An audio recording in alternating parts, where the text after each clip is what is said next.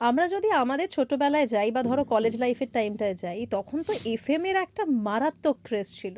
দারুণ, মানে এফএম মনে আছে আমার মাধ্যমিক পরীক্ষার সময়ও ওই মানে ক্লাস 7, 8, 9 ওই টাইমটায় মোস্টলি এফএম আমি খুব শোনা শুরু করেছিলাম। তার মধ্যে আমার এফএম যে স্টেশনটা, সেখানে স্পেসিফিক্যালি বাংলা গান শোনাতো, বাংলা বেসিক গান যেগুলোকে বলা হতো।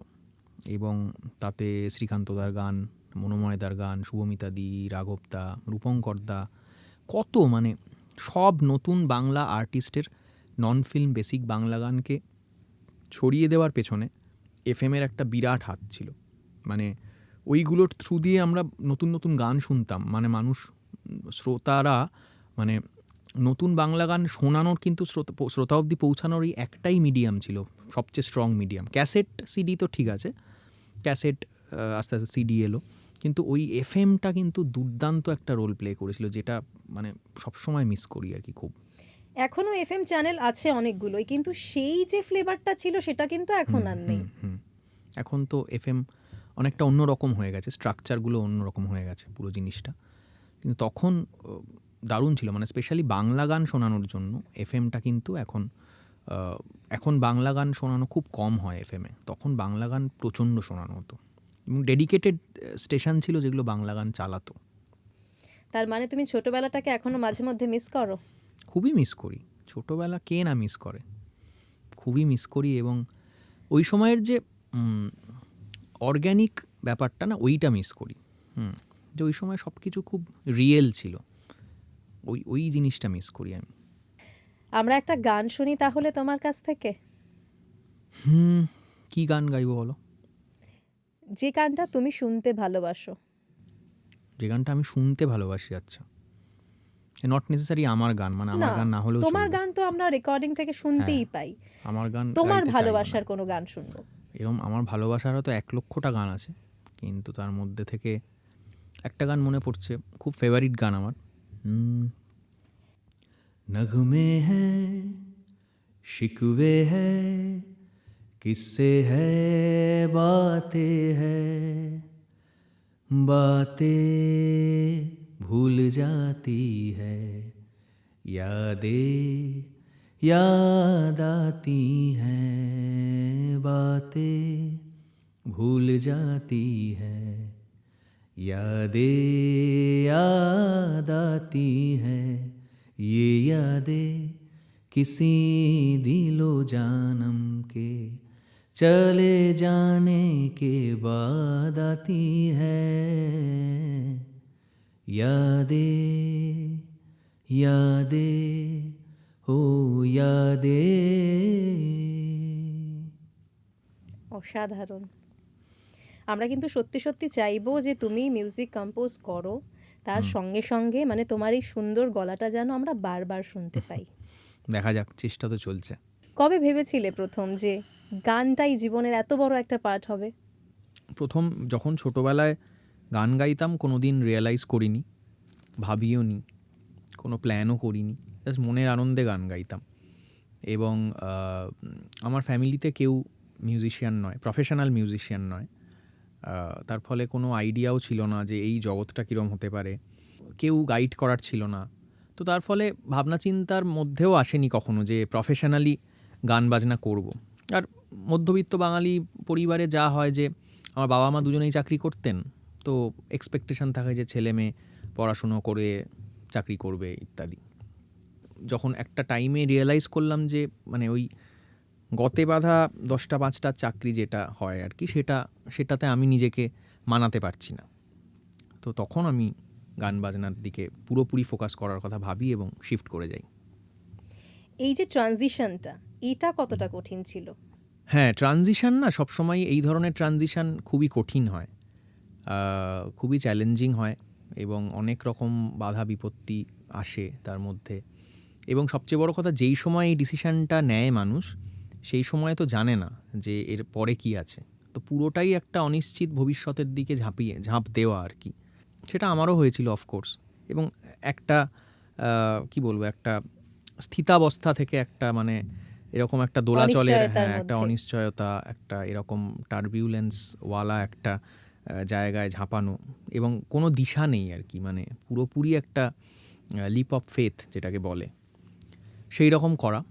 তো অফকোর্স মানে এটা খুবই চ্যালেঞ্জিং ছিল এই ডিসিশানটা, কিন্তু আমার বাবা মা, আমার ফ্যামিলি, আমার বন্ধু বান্ধব সবাই আমাকে খুব এনকারেজ করেছিল এই টাইমে। খুব লাকি তুমি তাহলে। হ্যাঁ, এই সাপোর্টটা ছাড়া আমি এই ডিসিশানটা নিতে পারতাম না, যেহেতু আমি এতটা অ্যাক্টিভলি মিউজিকের সাথে ইনভলভ ছিলাম একদম ছোট বয়স থেকে, এবং খুবই প্যাশনেট ছিলাম, সেটা সবাই দেখতো আর কি বাড়ির এবং বন্ধুবান্ধবরাও।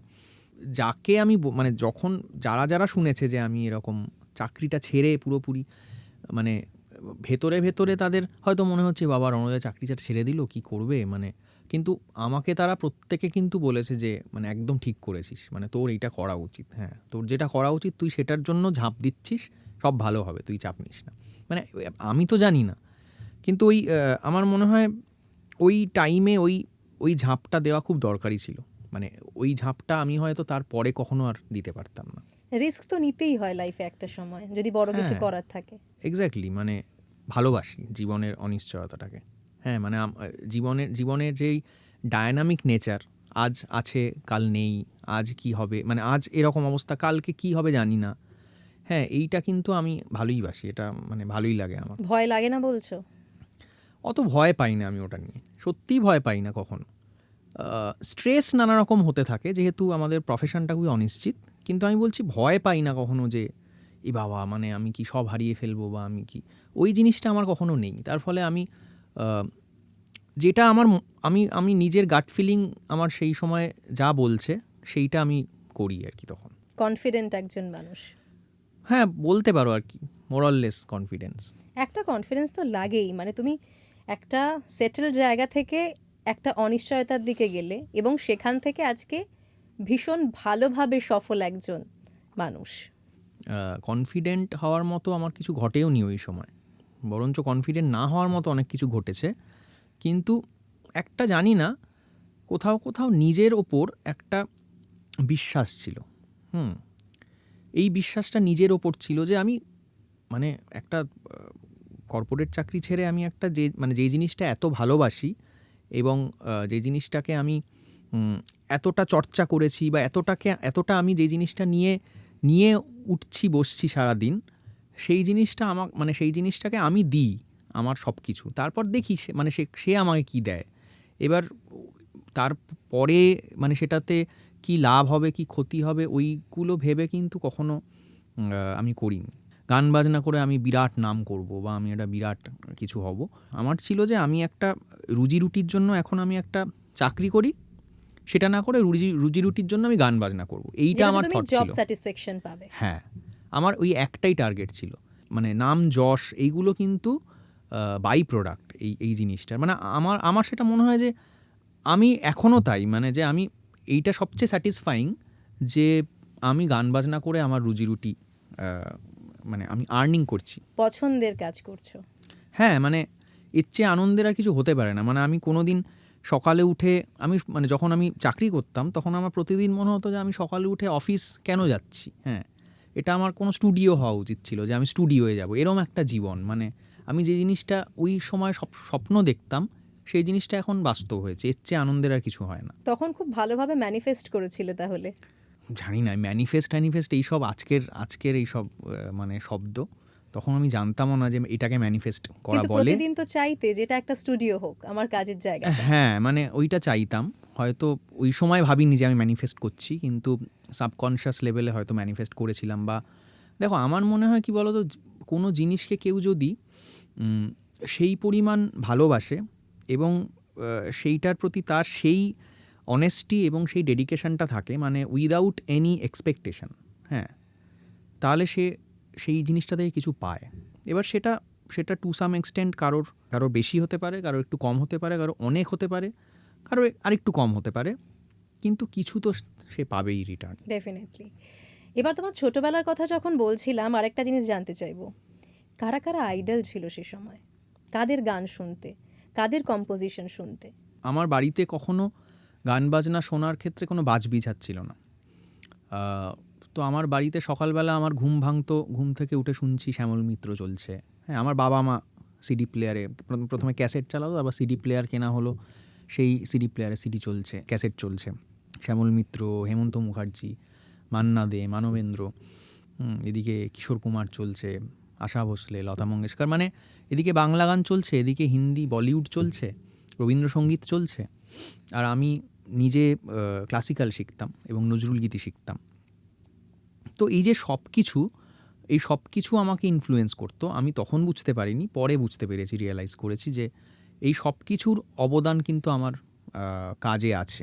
প্রত্যেকটা জিনিস ছোট করে বড় করে ওই কন্ট্রিবিউট করেছে। আমি আজকে যে মিউজিকটা করছি বা যাই করছি, সেটার অবদান কিন্তু ওইগুলো, মানে সেটার সোর্স ওইগুলো যদি না শোনা হতো ছোটোবেলা থেকে বা চর্চা করা হতো, তাহলে হয়তো আজকে আমার মিউজিকটা অন্যরকম হতো, এইটা হতো না। তো আইডল মানে ছোটোবেলায় প্রচুর কিছু ভালো লাগতো। আইডলের ডেফিনিশনটা আবার সময়ের সাথে সাথে বদলায় বা বয়সের সাথে সাথে। আমি মানে ছোটবেলার কথা বলছি। হ্যাঁ, ছোটোবেলায় প্রচণ্ড মানবেন্দ্র বা শ্যামল মিত্র অতটা মানে শুনতে হতো, কিন্তু অতটা ভালো লাগতো না অতটা। পরে গিয়ে আবার এইগুলো ভালো লেগেছে। তখন আবার মানে সুমন, অঞ্জন, নচিকেতা এইগুলো শুনে আমি পাগল হয়ে যেতাম। বাংলা ব্যান্ড আস্তে আস্তে শুনলাম, তখন কিছু বিদেশি ব্যান্ড শুনলাম, ওয়েস্ট লাইফ, সেগুলো আবার এই ওয়েস্ট লাইফ বা ইত্যাদি এগুলো কিন্তু আবার পরবর্তীকালে অতটা ভালো লাগতো না। ব্যাকস্ট্রিট বয়েজ, হ্যাঁ। এদিকে ক্লাসিক্যাল মিউজিকের যেহেতু চর্চা হতো, তো আমার প্রচুর শাস্ত্রীয় সঙ্গীতে আমি শুনতাম এবং মানে ডোভারলেন মিউজিক কনফারেন্স বা আরও অন্যান্য যা ক্লাসিক্যাল তার মানে তুমি বরাবরই একটু আলাদা, মানে সবাই তো আর ডোভারলেন কনফারেন্সে যায় না, মিউজিক কনফারেন্সে। আমরা যেতাম, মানে আলাদা হওয়ার জন্য যেতাম না, কিন্তু মানে ভালো লাগতো, কারণ ওই একটা দুটো জায়গায় ছিল ওইগুলো শোনার না লাইভ। মানে একটা পপ মিউজিকের কনসার্ট যত হয়, ক্লাসিক্যাল কনসার্ট তো তার 1/10 হয় সংখ্যায়। হ্যাঁ, তো যেহেতু ভালোবাসতাম মানে ওই জায়গাগুলো, তার ফলে ওই জায়গাগুলো খোঁজ রাখতাম এবং রাত জেগে জেগে ডোভারলেন কনফারেন্স শুনছি, বালিতে গেছি, বিভিন্ন জায়গায়, মানে অনেক কিছু আর কি। তো সব কিছু মিলেমিশে চলতো আর কি পুরো জিনিসটা।